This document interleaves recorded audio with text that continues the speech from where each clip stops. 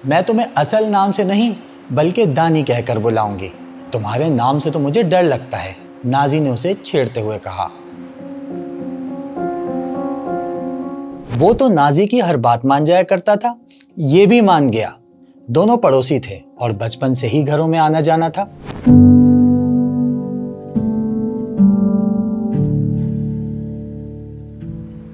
वक्त गुजरता गया और फिर 1997 की एक खूबसूरत शाम वो अपनी 18 साला मोहब्बत का हाथ थामे घर के पीछे पहाड़ पर चढ़ रहा था।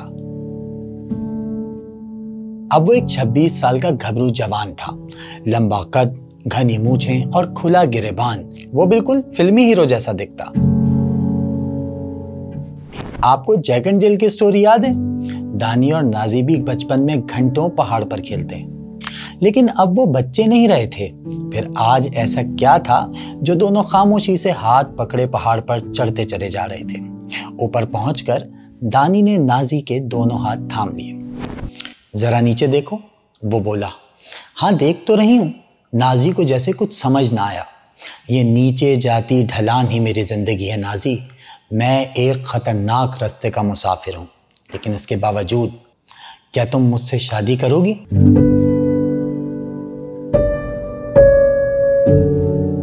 नाजी तो कब से ये सुनने को बेताब थी। वो तो उसकी जिंदगी का पहला और आखिरी शख्स था। उसने शर्माते हुए हाँ कर दी और दोनों की शादी भी हो गई। मगर अफसोस, वो उसे जराइम की खाई में गिरकर पाश पाश होने से ना बचा सकी। वो दोनों एक दूसरे को बचपन से चाहते थे, मगर जब शादी हुई तो 18 साल में सिर्फ 3 माह साथ रहे। नाजी चाहती थी कि वो दोनों ये पहाड़, ये मोहल्ला, बल्कि पूरा मुल्क ही छोड़कर कहीं दूर चले जाएं। मगर वो पहले ही ऐसे सफर पर रवाना हो गया जहां से वापसी मुमकिन न थी।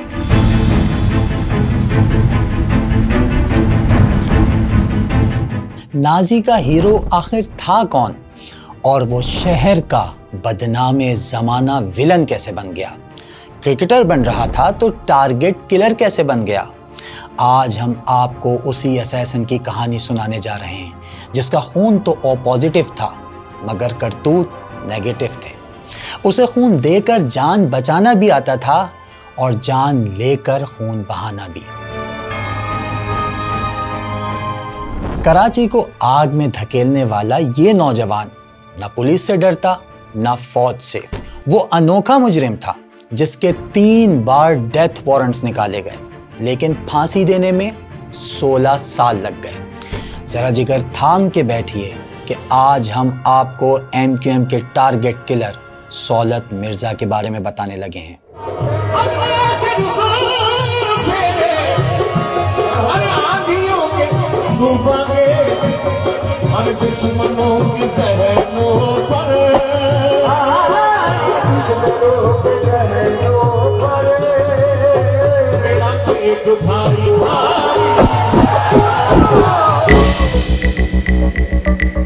जी हाँ, वही सौलत मिर्जा जिसने जेल की काल कोठरी में बैठे बैठे वो धमाके किए जिससे 9/0 ही नहीं, लंदन में HVR भी लरस गई। इस कहानी में एक्शन भी है और रोमांस भी, सस्पेंस भी है और थ्रिल भी। मगर पहले आपसे रिक्वेस्ट है कि रफ्तार को लाइक और सब्सक्राइब कर लें।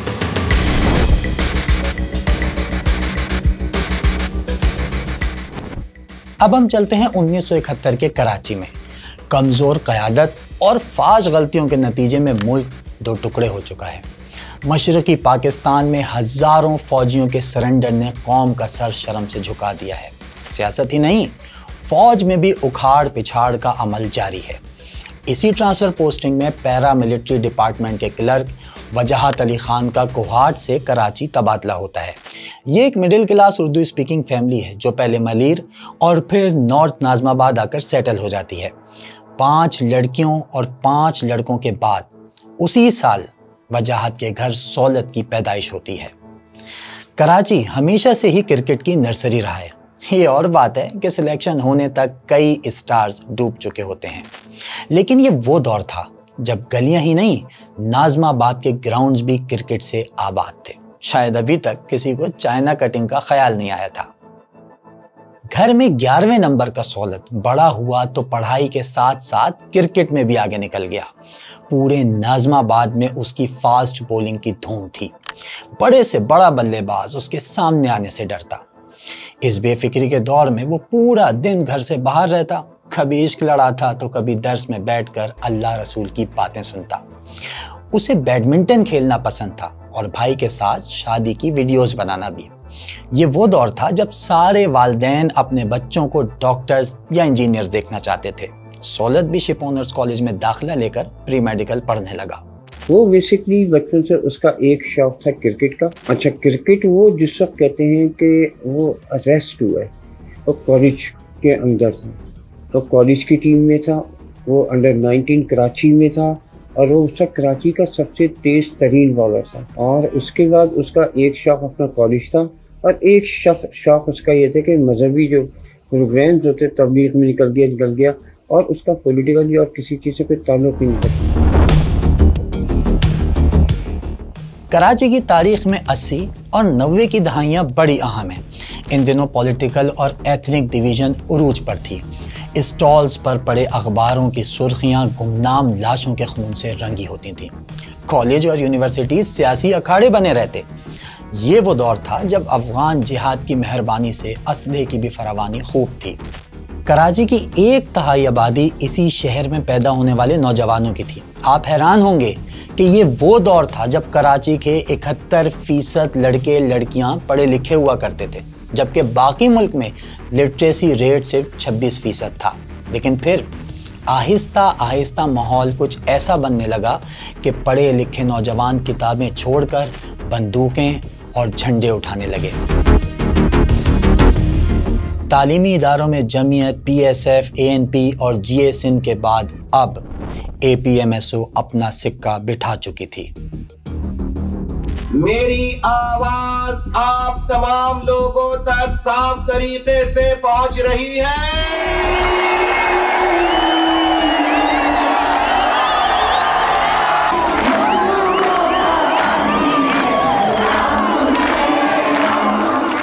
देखिए, एक माइंडसेट तैयार किया गया और ये कराची में बहुत से नौजवान थे। ये ख्वाब ही नहीं हो सकता है कि जिसकी ताबीर मिले। आप इसके बारे में कैसे सोच सकते हैं? एक तो ये कि कराची में एक बड़ा तनासुब है उर्दू स्पीकिंग कम्युनिटी का, और जो अपने आप को MQM से वाबस्ता करते थे, लेकिन इसी तरह से ये हर सेगमेंट ऑफ सोसाइटी का, यानी बलोचों का अगर कहा जाए कि सबसे बड़ा शहर कौन सा है तो कराची है। पठानों का सबसे बड़ा शहर क्या है? वो पेशावर नहीं है, वो कुहार नहीं है, वो मर्दान नहीं है, वो नौशहरा नहीं है, वो सवात नहीं है, वो बहरहाल कराची ही है। सिंधियों का सबसे बड़ा शहर जो है वो कौन सा है? वो कराची है। वो ज़माना बहुत बुरा ज़माना था और लोगों के जहनों को, बच्चों के जहनों को मसमूम कर दिया गया था और वो जहर आलूद जहन बन गए थे। नफरत और दुश्मनी की बातें सौलत के कानों से होकर दिल में उतर रही थी। अभी तक उसका सारा एग्रेशन विकटें उड़ाने में सर्फ हो रहा था और एक रोज शिप ओनर्स कॉलेज के ग्राउंड में जबरदस्त मैच हुआ। सौलत अपनी बॉलिंग से मैच पर छाया रहा। जब उसकी टीम जीतकर ग्राउंड से बाहर आ रही थी तो APMSO का unit incharge Arshad Shah cigarette के कश लगाता सौलत पर नजरें जमाए खड़ा था। लंबा कद, घनी मूछें और खुला गिरेबान, सौलत सब में ही अलग दिखाई देता। वो एक निडर लड़का था जिसने किसी से दबना नहीं सीखा था। शायद यही अदा अरशद को भा गई थी और अब वो उसे हक परस्त बनाने की फिक्र में था। असल में ये तो बहुत सारी चीज़ें ऐसी थी कि जब इंसान की दोस्ती यारी होती है बहुत सारे लोगों के साथ, उठना बैठना, ये वो सारी चीज़ें, तो अगर वो उस पैटर्न पे वो लड़के कुछ चल रहे हैं तो उनके साथ साथ उसने भी वो चलना शुरू कर दिया था। दूसरी ये कि उस वक्त का जो वक्त और माहौल था वो ये था कि जी हर मतलब के बच्चा MQM में जा रहा है, हर पठान आपके पख्तूनख्वा जो था वो अपनी आपके ANP में जा रहा है, या मतलब उस वक्त टोटल सारा कराची जो है वो लिसानिया हो चुका था, चेंज हो चुका था। लेकिन एक मिनट, सौलत तो पहले ही अपने एक दोस्त से बड़ा मुतासिर था और यही दोस्ती उसकी लाइफ का टर्निंग पॉइंट साबित हुई। वो दोस्त भी कोई ऐसा वैसा नहीं था, वो MQM के मिलिटेंट विंग का करता धरता डेथ सेल्स चलाने वाला फ़हीम फारूकी था। हाँ, ये वही फ़हीम कमांडो है जिसे कत्ल किए बगैर रातों को नींद नहीं आती थी, जो ज़रा से शक पर पुलिस वालों को गोली से उड़ा दिया करता था, जिसके सर की कीमत 1 करोड़ रुपए रखी गई थी। सौलत फ़हीम से इंस्पायर्ड तो था ही और इलाके पर अपनी धाक भी बिठाना चाहता था। फिर उसने 1993 में फ़हीम का पढ़ाया हुआ सबक ऐसा याद किया कि अपनी पढ़ाई भूल गया। मैं चाहता हूं पूरा शहर कराची मुकम्मल तौर पे गंदगी कचरे से साफ हो जाए। उधर जनरल जिया के चिराग से MQM का जिन पूरी तरह से बाहर आ चुका था। 1987 में पार्टी लॉन्च करने के बाद MQM ने पहले बल्दियात और फिर 88 और 90 के इलेक्शंस में भरपूर सीटें जीत ली थीं। लेकिन वो कहते हैं ना कि power tends to corrupt and absolute power corrupt absolutely. रोशनियों का शहर अंधेरों में डूबने लगा। भत्ताखोरी, टारगेट किलिंग और अगवा की वारदातें उरूज पर पहुंच गईं। क्या हुआ क्या था? भाई 2 आदमी अंदर आए और उन्होंने आगे खुद तीनों को मार दिया, बच्चों को, इतने छोटे से बच्चों को मारा क्यों यार? ये सब कुछ जाना पहचाना लग रहा है ना? यही तो कराची का अलमिया है। इन्हीं दिनों खबरें आना शुरू हुई कि यूनिट और सेक्टर्स के जरिए इलाकों को कंट्रोल करने की सियासत हो रही है। 92 के आगाज में अल्ताफ हुसैन हमेशा के लिए लंदन जा चुके थे। उनके पीछे ऑपरेशन क्लीन अप शुरू हुआ, जो खासी कंफ्यूजन के बाद क्रेडिबिलिटी खो बैठा। अल्ताफ हुसैन खुद तो नहीं थे, मगर शहर के कोने कोने में उन्हीं की आवाज गूंज रही थी। एजवेयर के सोफे पर बैठकर वो माइक्रोफोन पर एक के बाद दूसरी स्ट्राइक का ऐलान करते, जिसे कामयाब बनाना अब सौलत की जिम्मेदारी थी। यही वो वक्त था जब सौलत ने पहली बार मिनी बस को आग लगाई। सौलत मिर्ज़ा ने बताया था कि जी जहन साजी उनकी किस तरीके से की जाती थी। उनको बताया जाता था कि जी कराची अलग मुल्क होगा और जब आज़ादी हासिल करेंगे तो चीफ जस्टिस से लेकर एक आम जो चपरासी तक, एक पुलिस कांस्टेबल से लेकर IG तक, और तमाम जो इख्तियारात होंगे वो महाजरों के हाथ में होंगे और उसके लिए आज़ादी के लिए कुर्बानियाँ देनी पड़ती हैं, खून देना पड़ता है, उसके बगैर कुछ नहीं होता। अब ये इन लड़कों की उम्र उस वक्त क्या थी? 17 साल, 18 साल, इनकी ये उम्र थी 20 साल, और ये वो उम्र होती है जिसमें आप किसी भी राह पे इनको आसानी से लगा सकते हैं। उन दिनों अजीब ही माहौल था। नामालूम अफराद शहर पर राज कर रहे थे। हर जमात के मुसल्लह जत्थे उस आग में कूद पड़े थे। हर इलाके में टॉर्चर सेल थे। तशद्दुद ज़दा लाशों को बोरी में बंद करके सड़क पर फेंक दिया जाता। ड्रिल मशीन, आरी और छेनी हथौड़े कंक्रीट और पत्थर नहीं बल्कि इंसानों पर इस्तेमाल हो रहे थे। लोगों को शनाख्ती कार्ड देखकर बसों से उतार कर मार दिया जाता। फौज का मेजर अगवा हुआ तो मौत के डर से पुलिस एहलकारों ने भी वर्दी पहनना छोड़ दी। हजारों मासूम शहरी इस कत्लेआम का निशाना बने। अनगिनत लावारिस लाशें खुद ईदी साहब ने अपने हाथों से दफनाई। महाजर सिंधी भाई भाई धोती नस्वार कहाँ से आई? तो इनका ख्याल यही था कि पहले हम मिलकर के बाकियों को एलिमिनेट करके फिर आपस में देखा जाएगा कि बंटवारा कैसे होता है। लेकिन शायद अभी शहर के बर्बाद होने में कोई कसर रह गई थी। बेनज़ीर भुट्टो ने फौजी क़यादत से मिलकर फैसला किया कि कराची ऑपरेशन का दूसरा मरहला पुलिस और रेंजर्स के सुपुर्द किया जाएगा। नसीरुल्लाह बाबर को सरबराही सौंपी गई।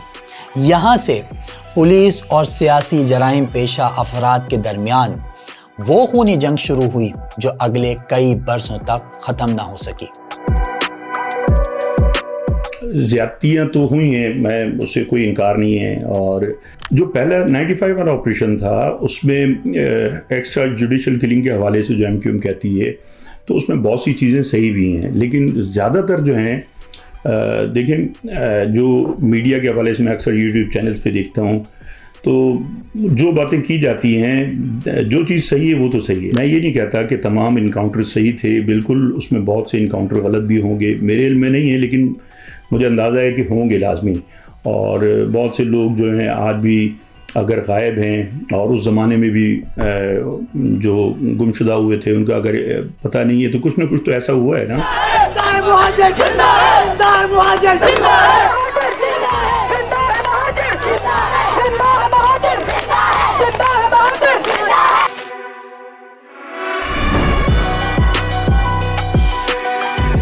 सौलत किसी रॉबोट की तरह बंदूक थामे लंदन के इशारे पर नाच रहा था। उसका दिमाग कुछ ऐसे ही माउथ था जैसे इन दिनों पबजी या कॉल ऑफ ड्यूटी खेलने वालों का होता है। बस फर्क ये था कि यहां जीते जागते लोग जान से जा रहे थे।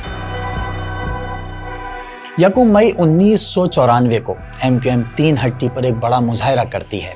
उसमें अल्ताफ हुसैन मुल्क तोड़ने का नारा लगाते हैं और 2 दिन की हड़ताल कर दी जाती है। उसी रात नॉर्थ नाजमाबाद ब्लॉक N में एक मीटिंग होती है। ये meeting unit incharge Faheem fire brigade वाला ने बुलाई थी। फ़हीम कमांडो और उसके नंबर 2 सौलत के बगैर अब ऐसी किसी भी मीटिंग का तसव्वुर नामुमकिन था। उधर सेक्टर इंचार्ज सलीम बलोच ने लड़कों को क्लाशनकोफ थमाई और उन्हें आर्मी वैन पर हमले का टारगेट दे दिया। बेल्जियम के नाम से मशहूर ये वही हिटमैन है जो 2019 में पकड़ा गया। मैंने पहली मरतबा सौलत मिर्ज़ा का नाम उस वक्त सुना जब हमने एक क्रिमिनल पकड़ा था नॉर्थ कराची से, और ये मैं बात कर रहा हूँ 94 की बात कर रहा हूँ। तो जब उसे पकड़ा वो भी कुछ किलिंग में इन्वॉल्व था और उसने काफ़ी कुछ बताया और साथ में उसने सौलत मिर्ज़ा, फ़हीम कमांडो और कुछ और लड़कों के बारे में बताया। तो फ़हीम कमांडो को तो जानते थे, सौलत को उस वक्त कम लोग जानते थे, लेकिन जिस तरीके से उसने बताया कि जी वो कितना एक्टिव है और एक पढ़ा लिखा लड़का था और स्ट्रीट स्मार्ट था। वैसे तो जो इन्फॉर्मेशन थी हमारे पास, जो उस क्रिमिनल ने जिसको अरेस्ट किया था उसने बताया कि जी ये क्रिकेट खेलता था मोहल्ले में और शुरू में तंजीम के लिए इसने जब MQM के साथ एक्टिव हुआ तो शुरू में गाड़ियाँ छीनना, मोटरसाइकिल छीनना, कोई स्ट्राइक हो रही है तो उसके लिए ये जिस तरीके से तैयारी करते थे स्ट्राइक से पहले या रात को फायरिंग करते थे, तो उस सिलसिले में बड़ा एक्टिव रहता था। कुछ टारगेट किलिंग में भी उसका नाम आया था, लेकिन इतना बड़ा नाम नहीं था जैसे कि फ़हीम कमांडो होता था उस वक्त। अब सौलत का सॉफ्टवेयर मुकम्मल तौर पर अपडेट हो चुका था। यहाँ उसने अपने पहले हदफ को निशाना बनाया और ये नुसरत भुट्टो कॉलोनी के सब इंस्पेक्टर वाजिद अली शाह का कत्ल था। उसके बाद सौलत ने मुड़कर नहीं देखा। दफ्तर के लिए निकल रहा था और उस वक्त ये देखा कि तेजी से लड़के जो हैं बाइक पर भाग रहे हैं। तो पीछे से किसी ने कहा कि ये ASI शायद सुल्तान था या क्या, उसको कत्ल करके जा रहे हैं। और फिर नाम लिया किसी ने कि ये सौलत मिर्ज़ा जो है वो जा रहा है, और उसने नुसरत भुट्टो कॉलोनी में ही एक वारदात की है और उस बाद भाग रहा है। कराची वाले इन दिनों कैफे प्याला पर चाय पराठे खाने और मालिश करवाने जाते हैं, लेकिन एक दौर था जब यहाँ बड़े बड़े हमलों की स्कीमें भी बना करती थीं। आधी रात से ऊपर हो चुकी थी। दिसंबर 1994 को सौलत अपने साथियों के साथ कैफे प्याले के सामने मस्जिद पर घात लगाए बैठा था। गुलबर्ग थाने की मोबाइल जैसे ही गुजरी उसने गोलियां बरसाना शुरू कर दी। एक पुलिस वाला तो मौके पर दम तोड़ गया। थोड़ी ही देर में 3-4 मोबाइलें मदद को पहुंची तो बाकायदा मुकाबला शुरू हो गया।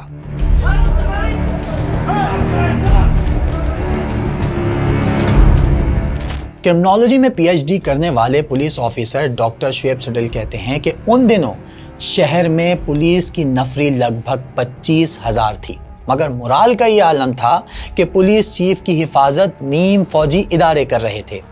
4 साला ऑपरेशन के दरमियान तकरीबन 450 पुलिसमैन मारे गए। उन दिनों कराची दुनिया के खतरनाक तरीन शहरों की सफ में आ चुका था। Unless we separate crime from politics, we head towards anarchy and chaos. That's why the government is now drawing up a plan to handle sectarianism, to handle guerrilla tactics, and giving the police particular training and being able to handle bandits basically. But this is a major problem.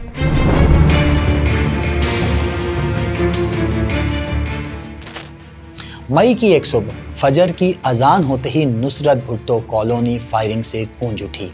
Faheem, Saulat और फारूक दादा ने कई रोज planning के बाद ranger सब headquarter पर हमला कर दिया था। ये जगह सौलत के घर से बहुत करीब थी और इस अटैक का मास्टरमाइंड भी वो खुद था। सौलत ने रात भर बसें छीनकर पहले ही रोड्स ब्लॉक कर दी थी और अब वो मदद को आने वाली हर रेंजर्स की गाड़ी पर फायरिंग कर रहा था।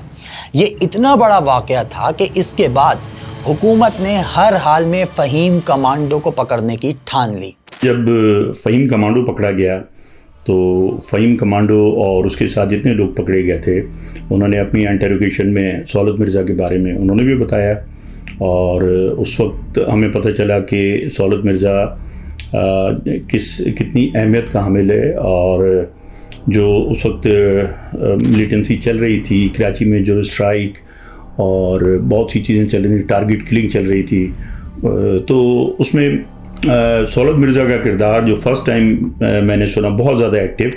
उससे पहले तो नाम आया था लेकिन जब फहीम कमांडो ने जब बताया तो हमें पता चला कि सौलत मिर्ज़ा एक आम क्रिमिनल नहीं है बल्कि इसका लेवल कुछ और है।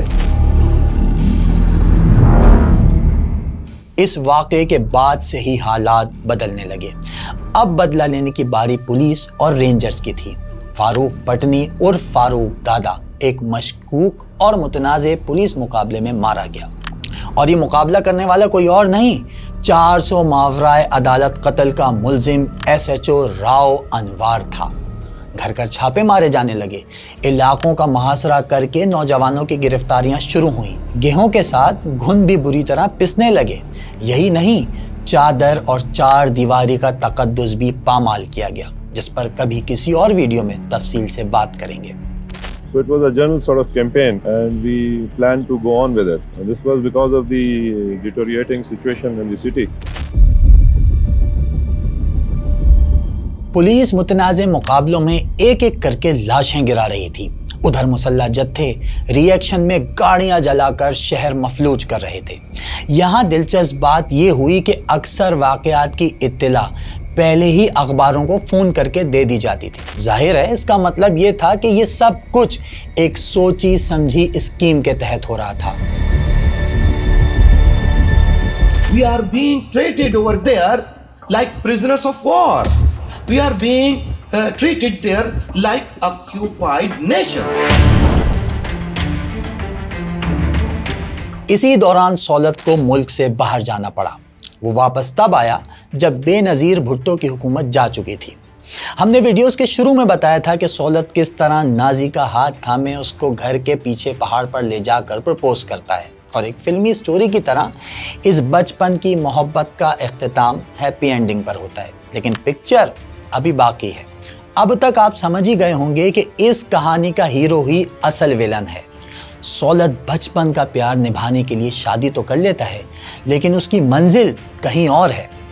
शादी के चंद माह बाद ही सौलत को लंदन से एक कॉल मौसूल होती है। अभी बताते हैं वो कॉल किसकी थी। कराची वाले गर्मी में के इलेक्ट्रिक को बड़ा याद करते हैं। उन दिनों सूरत हाल और भी बुरी थी। KESC अभी प्राइवेटाइज नहीं हुई थी। सियासी भर्तियों के नतीजे में इन एफिशिएंसीज का बाजार गर्म था।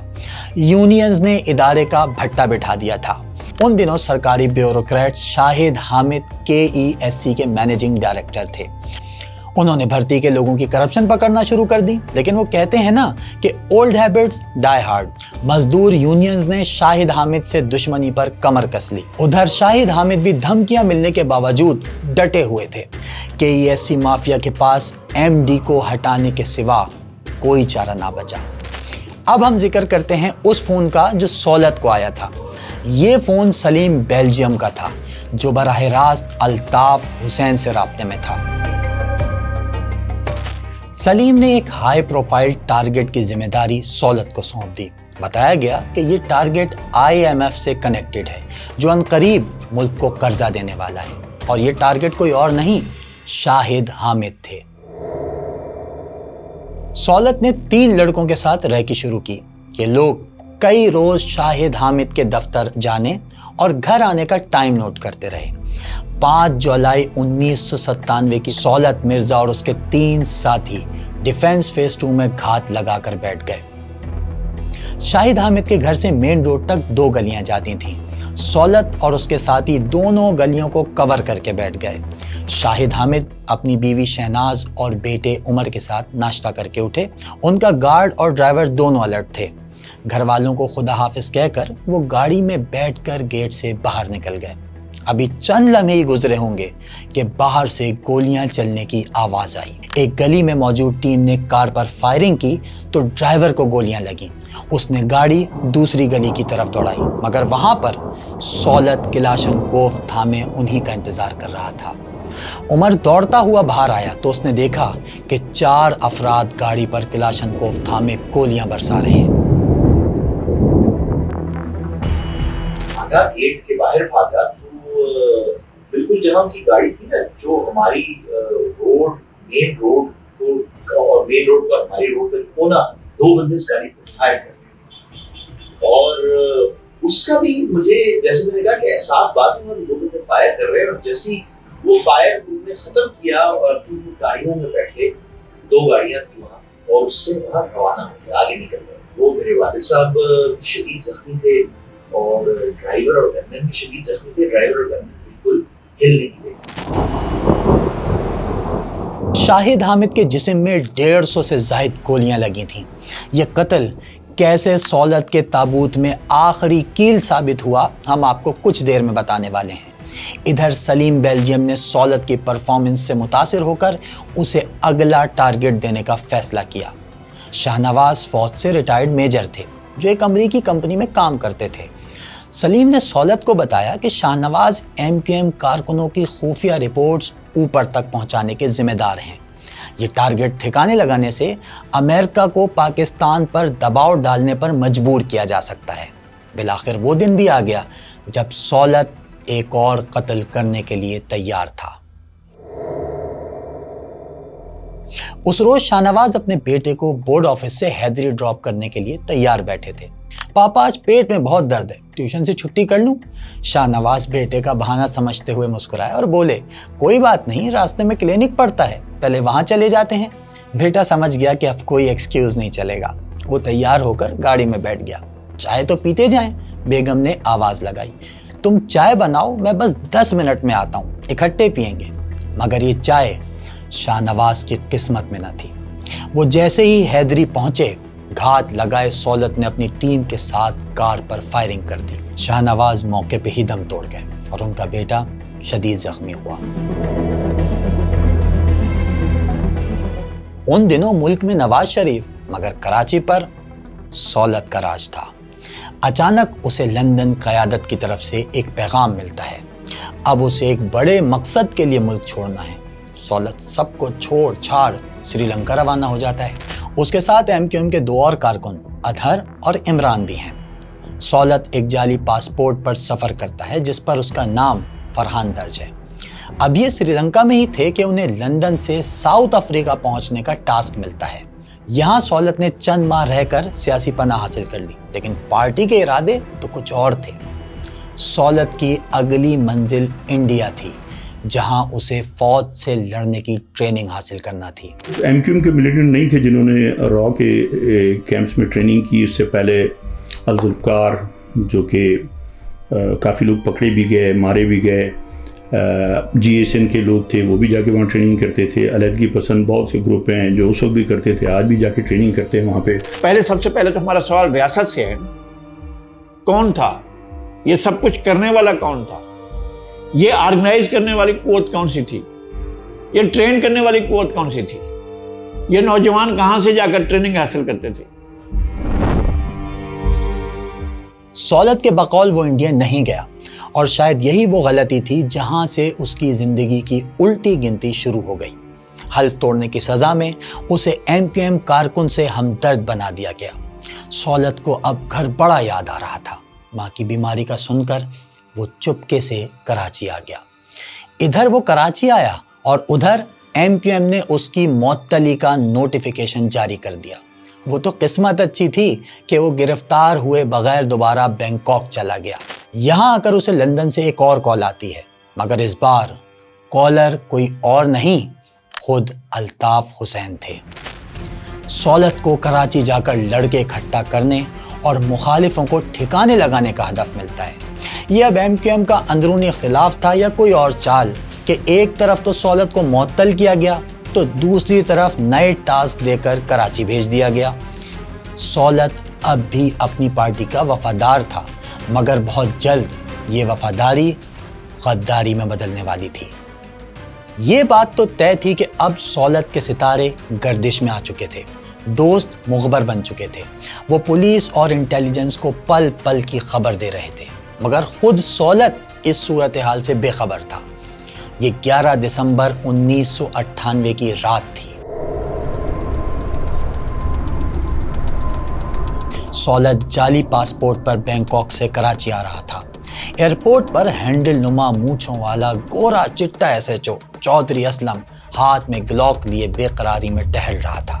वो उसे अकेले रिसीव करने नहीं आया था। दर्जनों पुलिस वाले सादा लिबास में एयरपोर्ट के चारों तरफ फैले हुए थे। चौधरी को तो ये तक मालूम था कि सौलत किस सीट पर बैठा है। बाहर आते ही सौलत तेजी से टैक्सी स्टैंड की तरफ बढ़ने लगा, लेकिन अगले ही लम्हे वो चारों तरफ से घेरे में आ चुका था। ये एक हाई प्रोफाइल गिरफ्तारी थी। अगले ही रोज सौलत मिर्जा का 1 घंटे से जायद का इंटरव्यू मंजर आम पर आ गया। उस इंटरव्यू में सौलत मिर्जा ने अपने जुर्म का एतराफ़ किया, MQM क़यादत को आड़े हाथों लिया और फिर वो कभी बाहर ना आने के लिए जेल की सलाखों के पीछे चला गया। जो अल्ताफ गिरोह कहलाता है, वहाँ से हथियार बढ़ते थे।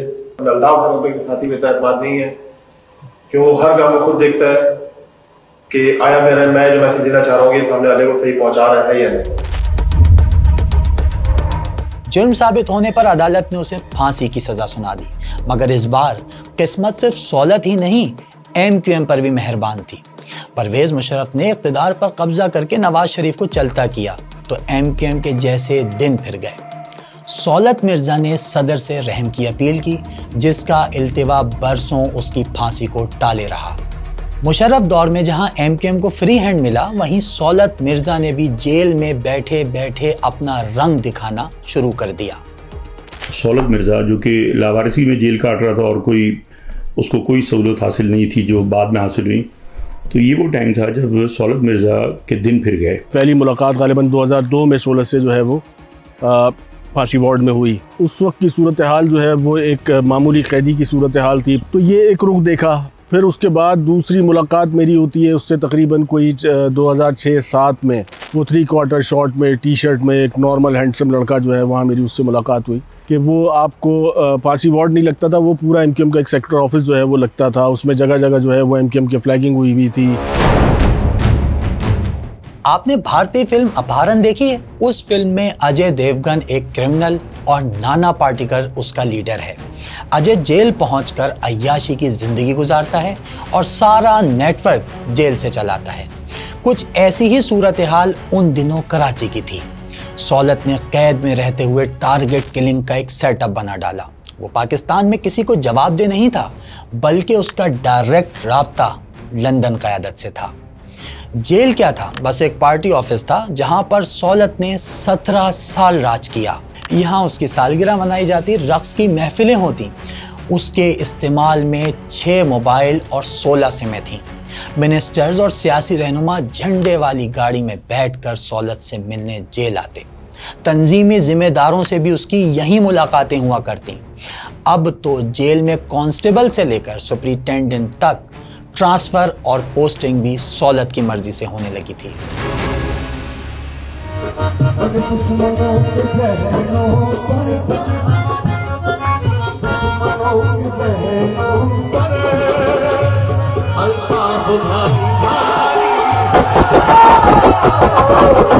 अमानुल्लाह नियाज़ी जो डिप्टी सुपरिटेंडेंट थे कराची सेंट्रल जेल के, जब उन्होंने सौलत मिर्ज़ा पे सख्ती की तो आप देखें उसका अंजाम क्या हुआ। और सौलत, ये कोई छुपा हुआ केस नहीं है। सौलत मिर्ज़ा ने चैलेंज दे के उनकी टारगेट किलिंग करवाई थी। और उसका क्या हुआ, सदर में इलेक्ट्रॉनिक मार्केट में भरे बाज़ार में उनको उनके गनमैनों के साथ मार दिया गया।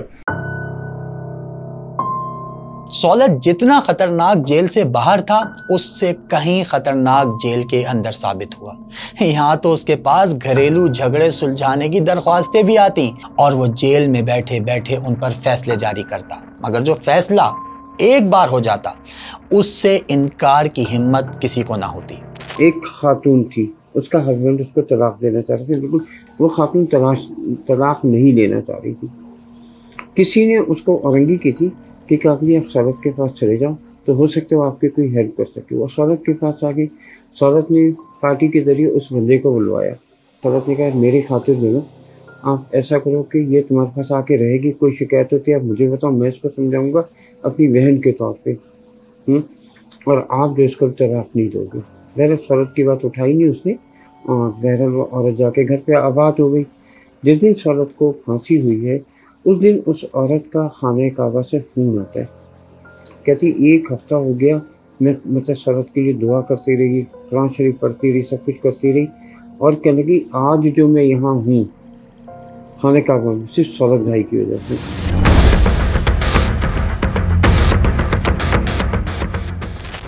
सौलत को ये यकीन था कि उसे फांसी नहीं होगी।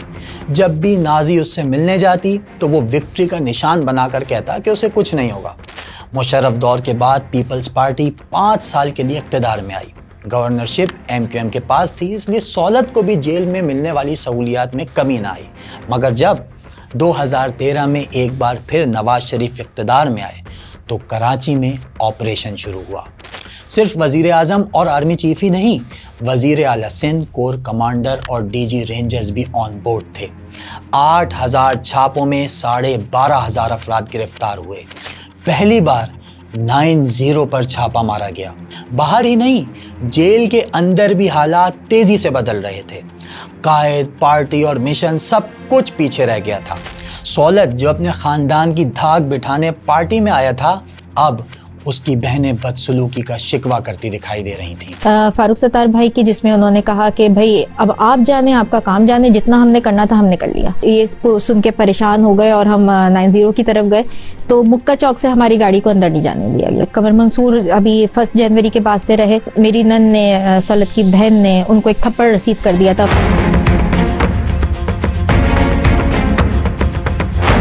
उसकी बहनों को उससे मुलाकात के लिए जाते हुए जिन अज़ियतों से गुजर कर जाना पड़ता था, जिस तरह से, मुझे सौलत मिर्ज़ा से हमदर्दी नहीं है लेकिन उसकी बहनों से हमदर्दी। उन्होंने क्या जुर्म किया था? जब वो भाई से मिलने के लिए जाती हैं, वो कोई भी हो, वो कातिल हो, वो चोर हो, वो डकैत हो, कुछ भी हो, उसके जुर्म में कोई और तो शरीक नहीं हो सकता। बहन तो बिल्कुल नहीं शरीक हो सकती ना।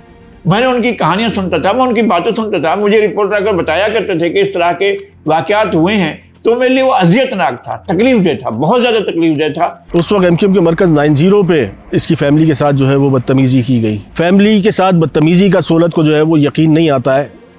फिर सुप्रीटेंडेंट के कमरे में जो है वो उसी वक्त सौलत की बहन से जो है वो सौलत की बात कराई जाती है। सारा माजरा बयान करती हैं कि हमें रात को जो है वो हमारे साथ जो है वो बदतमीज़ी की गई और हमें जो है वो मरकज़ से जाने के लिए कहा गया। एक अरसे तक सौलत और उसकी बीवी निगहत के दरमियान राब्ते का वाहिद सहारा खतूत थे। निगहत सौलत से हर बात खत में लिख कर किया करती। 17 बरसों में सौलत ने नाजी को 20-20 सफ़ात के इतने लेटर्स लिखे थे कि उनसे एक कमरा भर गया था। हैदराबाद और मछ जेल शिफ्ट होने से पहले सौलत जब तक कराची में रहा, वो हर हफ्ते उससे मिलने जेल जाया करती। वो उसके लिए इब्ने सफ़ी के नॉवेल्स भी लाया करती। सौलत की फांसी का वक्त फिर करीब आ रहा था। 2015 में लटकाए जाने से सिर्फ चंद घंटे पहले सौलत का एक और इंटरव्यू क्लिप तमाम टीवी चैनल्स को भेजा जाता है। ठीक एक हफ्ते पहले रेंजर्स ने 9-0 पर रेड किया था। बल्दिया फैक्ट्री फायर में तमाम उंगलियां MQM की जानिब उठ रही थीं, लेकिन इस धमाका खेज एतराफ़ी बयान को चलाने की हिम्मत किसी चैनल में न थी। जब समा टीवी ने आगे बढ़कर वो इंटरव्यू ब्रेक किया तो बाकी चैनल्स भी पीछे पीछे आ गए। उस इंटरव्यू में सौलत ने अल्ताफ़ हुसैन समेत MQM की सीनियर लीडरशिप के करतूत खोल के रख दिए थे। ये वीडियो किसने बनाई और कैसे लीक हुई, ये आज तक एक राज है। मैं सौलत मिर्ज़ा आज कौम के सामने, लोगों के सामने, दुनिया के सामने हूँ एक इबरत की तरह। इंटरव्यू चलने के बाद सौलत की फांसी 72 घंटे के लिए रोक दी गई। सौलत की फैमिली, जो पिछले 17 वर्षों से गुमनामी की जिंदगी गुजार रही थी, अचानक एक्टिव हो गई। बीवी और बहनों ने एक के बाद एक प्रेस कॉन्फ्रेंसेस की, मीडिया इंटरव्यूज और प्रोग्राम्स में सौलत का केस दोबारा सुनने की अपील कर दी। मैं आप लोगों की बेटी नहीं, थोड़ी देर के लिए अपनी बेटी की जगह मुझे रखकर देखिए। 17 साल गुजर गए, 18वां साल है, मैं उस शख्स का इंतजार कर रही हूँ, क्योंकि मुझे पता है कि जब ये केस हुआ तो ये बंदा मेरे साथ था, वो बेकसूर है इस केस में। कोई भी शख्स अपने माहौल में परवान चढ़ता है। वो सौलत मिर्जा चला गया ना, उसको सजाए मौत हो गई, उसकी मैयत दफन कर दी गई, उसकी बहनों के, उसके खानदान के, उसकी वालदा अगर जिंदा हैं, उनके जख्म कौन धोएगा? उनके जख्मों के मरहम कौन रखेगा? अच्छा, वो ऐसे माहौल में उसको आइडियलाइज क्यों कर रही थी? अगर ये देख रही थी मेरे लिए वो बच्चों की तरह हैं, लेकिन अगर वो ये देख रही थी कि उसके हाथों से लोग मारे जा रहे हैं तो उन्हें रोकना चाहिए था, मना करना चाहिए था, लेकिन नहीं किया। मगर अब सारी तदबीरें उल्टी हो रही थीं। सौलत को भी यह अंदाजा होने लगा था कि उसका वक्त पूरा हो चुका है। फांसी से एक दिन पहले वो मच जेल में एक कैदी की गोद में सर रख के लेटा था। क्या मुझे और वक्त मिलेगा? कैदी सब जानते हुए भी कहता है कि जी सौलत भाई, जरूर मिलेगा। सौलत एक ठंडी आह भरते हुए सर हिलाता है। यार, मैं जब भी आंखें बंद करता हूँ तो मुझे अपना बेटा साइम नजर आता है। लगता है हमारा साथ बस यहीं तक था। वो पूरी रात सौलत ने कमरे में टहलते और सिगरेट पीते गुजार दी। 12 मई 2015 पुराने 11-12 वार्ड का बड़ा दरवाजा एक जोरदार आवाज के साथ खुलता है। जेल सुपरिटेंडेंट इंसाफ जहरी कुछ लोगों के साथ अंदर दाखिल होता है। उसके पास गर्दन में बांधने वाला पट्टा और हाथ में बांधने वाली रस्सी है। वो सोए हुए सौलत को जगाते हैं। क्या वक्त आ गया? सौलत ने सर उठाकर पूछा। हाँ, बाहर आओ। सौलत के गले में चमड़े का पट्टा डालकर हाथ बांध दिए जाते हैं। फांसी घाट पर ले जाकर उसके मुंह पर नकाब डाल दिया जाता है। अंधेरा होते ही उसकी आंखों के सामने उसकी जिंदगी की फिल्म चलने लगती है। कभी उसे अपनी माँ दिखाई दी तो कभी बीवी, और कभी उन बेगुनाहों की शक्ल जिनको वो कत्ल करने से पहले जानता तक न था। और फिर खटाक की आवाज के साथ सब खत्म हो गया। एक 12 मई वो थी जब सौलत ने जेल से बैठे बैठे शहर की गली कूचे लाशों से भर दिए थे, और एक 12 मई ये थी जब वो तख्ता-ए-दार पर लटका दिया गया। ब्रेकिंग न्यूज है आपको कि मच जेल में सौलत मिर्जा को फांसी दे दी गई है। सौलत मिर्जा का बाब अब खत्म हो चुका है। सौलत मिर्जा तेरे कत्ल में मुलव्विस थे। KESC के MD शाहिद आमिद को कत्ल किया, उनके गार्ड और उनके ड्राइवर को भी कत्ल किया था 1997 में। सौलत मिर्जा का बाब अब खत्म हो चुका है। सौलत मिर्जा का बाब अब खत्म हो चुका है। तो इंतहाई राज़दाराना तरीके से बहुत ही मतलब माइन्यूट लैंग्वेज में जो है वो करा के जो है वो एक मुफस्सिल ख़त, जिसमें अपनी जो है वो सौलत ने, आप कह रहे हैं उसको मुकम्मल विल, क्या हो सकता है, क्या करना है, क्या प्रॉपर्टी है, क्या मामलात हैं, वो मुकम्मल गाइडेंस के साथ उसने अपनी वाइफ को एक सिपाही के जो है वो उसको कन्वेंस करके उसको कुछ पैसे दे दिला के, इन्हीं साथियों ने सारा मिल मिला के उसने अपनी वाइफ से कहा कि आप जो है वो मेरे बाद शादी कर लीजिएगा। ये सिस्टम कर रहा था ना, पाकिस्तान का ही सिस्टम कर रहा था। वो चाह रहा था कि लोग आपस में लड़ते रहें और बाज अफराद के मखसूस गिरोह के मफादात पूरे होते रहें। अब भी यही चाहते हैं कि पाकिस्तान के वाम लड़ते रहें और रियासत के अंदर बाज जो मखसूस अथॉरिटीज़ हैं उनका अख्तियार और इक़्तिदार बरकरार रहे। वो आज 17 साल बाद अपने दानी के साथ थी। वो दोनों एक एयर कंडीशन्ड एम्बुलेंस में थे जिसके शीशों पर प्राइवेसी के लिए दुपट्टे लगे हुए थे। घरवाले और पूरा मीडिया इकट्ठा था और नाजी पिछले 1 घंटे से अपना सर ताबूत से टिकाए रोए जा रही थी। उसे हैरानी थी कि अगर फांसी ही सौलत का मुकद्दर थी तो आसरा क्यों दिया गया, क्यों एक के बाद एक इंटरव्यूज करवाए गए। मगर वो शायद ये भूल गई थी कि बुरे आगाज का अंजाम भी बुरा होता है। उसके कानों में दानी के वो अल्फाज गूंज रहे थे, ये नीचे जाती ढलान ही मेरी जिंदगी है नाजी, मैं एक खतरनाक रास्ते का मुसाफिर हूँ। अब शहर जो आएगी वो शहर हमारी है, अब शहर जो